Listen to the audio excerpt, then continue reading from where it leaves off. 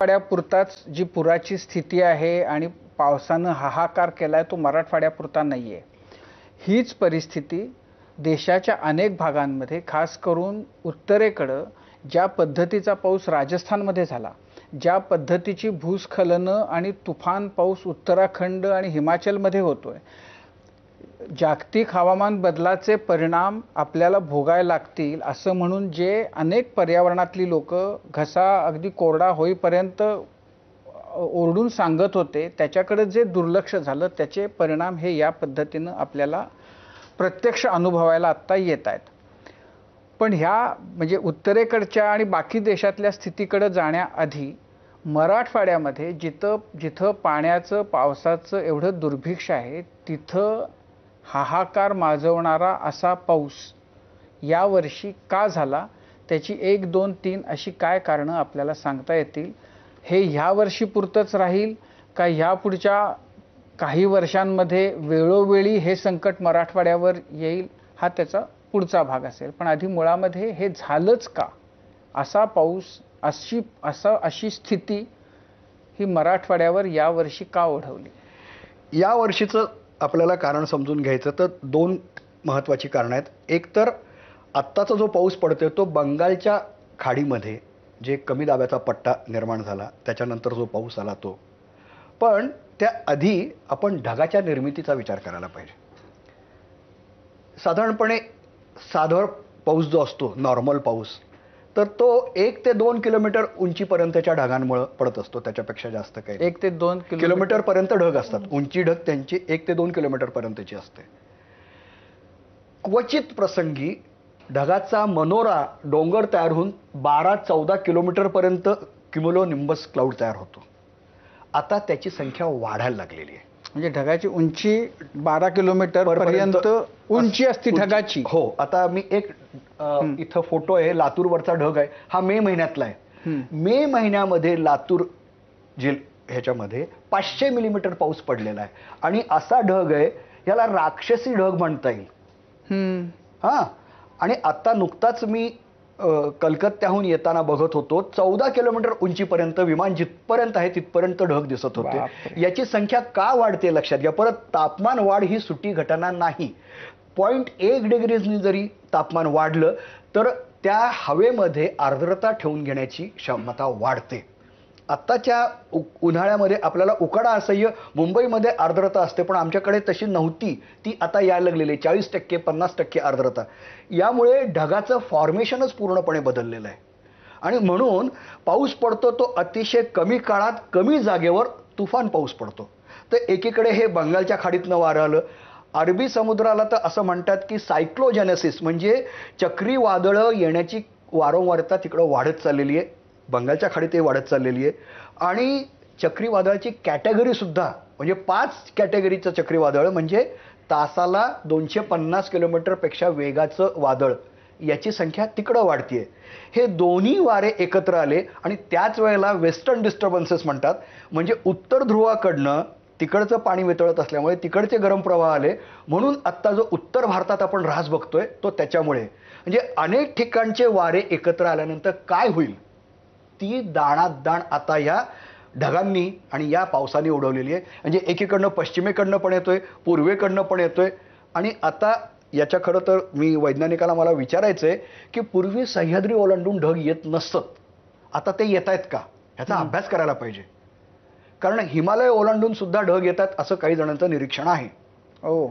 या पातळीवर जर सगळं चाललं असेल आणि त्याच्याबद्दल आता वैज्ञानिक इतकं एक अर्थ कमिशन म्हणून जगातल्या खूप नामवंत संस्था आणि वैज्ञानिक यांनी मिळून असं विचार करतायत की पृथ्वीवरच्या ज्या सिस्टीम्स आहेत महत्त्वाच्या, म्हणजे बायोडायव्हर्सिटी आहे, आईस सिस्टीम आहे, वॉटर आहे आणि वायूंचं, ह्या सगळ्या सिस्टीम्स कशा आहेत आणि त्या सावरता येतील का.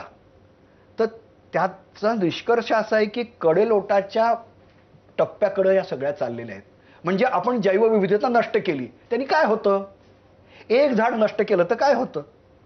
खरं तर याचं उत्तर 2 भारतीय शास्त्रज्ञ ज्यांना निसर्गाचं अर्थशास्त्र मांडणारे लोक म्हणून जगात त्यांना पर्यावरणाचा नोबेल मिळालाय. एक डॉक्टर पवन सुखदेव आहेत आणि डॉक्टर पार्थ दासगुप्ता. पवन सुखदेव स्वीडनमध्ये राहतात, पार्थ दासगुप्ता केम्ब्रिजमध्ये. आणि हे दोघंही म्हणतात की आम्ही हवामान परिषदेला जात नाही. जिथं निसर्गाचा विचारच केला जात नाही तिथं जाऊन उपयोग काय? तर एक झाड हे तुम्हाला थंडावा देतं, कार्बन शोषून घेतं, पण त्याशिवाय पाणी आतमध्ये खेचून ठेवतं. तर डिझास्टर मॅनेजमेंटला महत्वाचा भाग आहे. आपल्याकडे जंगल काय पद्धतीने नष्ट होतंय बघा. या सगळ्यामुळे तुमची एक साधी गोष्ट सांगतो, आपत्ती म्हणजे काय नाही, पण मला माझं एकच वाक्य राजीव, की नॉर्मल परिस्थितीमध्ये तुमचं जे व्यवस्थापन आणि प्रशासन आहे ना, त्याला एक गुणांक एक समजा टाकला तर आपत्तीच्या काळात तुमचं प्रशासन किती कार्यक्षम आहे का भुक्कड आहे हे त्यावेळेला ठरतं. आणि आपत्तीची तीव्रता परिणाम वाढतो त्याच्यामुळे. नाही, मला आपत्तीच्या आपण कशा पद्धतीने हाताळतो त्याच्याकडे जायचं आहे. पण त्याआधी आता जो ढग आपण बघितला ज्याची उंची साधारण 12 किलोमीटर एवढ्या मनोरा होता तो, तर असे ढग मराठवाड्यामध्ये म्हणजे का येत आहेत? म्हणजे आत्तापर्यंत येत नव्हते, आता असं काय झालंय की ते मराठवाड्यामध्ये यायला लागलेत? नाही, आत्तापर्यंत येत नव्हते अशा तर भाग नाहीये, क्वचित असतील. म्हणजे उदाहरणार्थ खरं तर आमच्याकडची आपत्ती जी सुरू झाल्या ना एक म्हणजे पहिल्यांदा गारपिटी वाढल्या, 2010 पासून 11 पासून गारपिटी वाढल्या. वीज बळी आमच्याकडे सगळ्यात जास्त आहेत. म्हणजे विदर्भ, खानदेश आणि मराठवाड्यामध्ये वीज बळींची संख्या खूप जास्त आहे. आणि त्यानंतर अतिवृष्टी आणि ढगफुटी. या वर्षी आत्ता सप्टेंबर महिन्यामध्ये 483 मंडळांमध्ये 3 वेळेला अतिवृष्टी झालेली आहे. पण याची कारण काय आहेत? ढगाची निर्मिती हेच कारण आहे.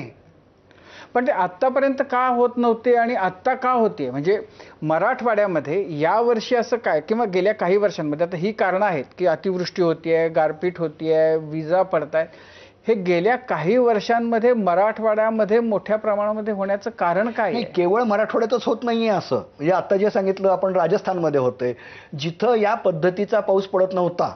म्हणजे एक तर 2012 साली हैदराबादच्या इक्रिसॅटनी पण जो अंदाज व्यक्त केला होता की इथून पुढच्या काळात हवामान बदल कसा होईल, तेव्हा म्हणजे ला निनाच्या काळामध्ये, एल निनो आणि ला निनाच्या काळामध्ये महाराष्ट्र आणि खालचा कर्नाटकाचा, आम्ही जुन्या हैदराबाद स्टेटमधले आहोत, तर तेलंगणा, कर्नाटक, महाराष्ट्र हा आमच्याकडे पाऊस प्रमाण वाढणार आहे.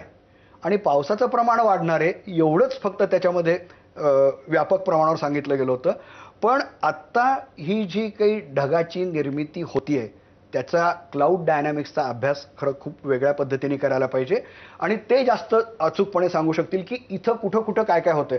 पण हे सार्वत्रिकरित्या दिसतंय ना, म्हणजे पूर्ण मराठवाडा, बरं सोलापूरवर तसंच झालेलं आहे, इकडं अहिल्यानगरवर झालेलं आहे. त्यामुळे आपल्याला असं म्हणता येत नाही की हे फक्त इथे आहे. म्हणजे हिमाचलमध्ये, उत्तराखंडमध्येही असं झालंय ना, म्हणजे कलकत्त्यामध्ये झालं आत्ता काल. हो ना. तर हे जे आपल्याकडे अचानक प्रमाण वाढलंय की एकाच भूभागावर म्हणजे ढग फुटून प्रचंड पाऊस होणं, ह्याचं जे प्रमाण इतक्या प्रमाणात वाढलेलं आहे, तर ह्याचं काही कारणं सापडलेली आहेत का की कशामुळं हे होतंय? ह्याचं म्हणजे व्यापक प्रमाणावर एकच कारण की समुद्र खूप तापत आहे, वाफ मोठ्या प्रमाणात होत आहेत, त्यातून ढगाचं फॉर्मेशन वाढलेलं आहे. आणि 2-3 ठिकाणचे जर एकत्र आले, म्हणजे गेल्या शुक्रवारी लातूरमध्ये अशा विजा चमकत होत्या की घराच्या खिडक्या हादरत होत्या आणि 3 तास सलग अशा पद्धतीने लोक घाबरून गेले होते आणि काय करायचं कळत नव्हतं. पण याचा अर्थ परत ढग एकमेकांवरून आदळत आहेत, अनेक काळ आदळत आहेत, हे पूर्वी या पद्धतीने बघायला मिळत नव्हतं.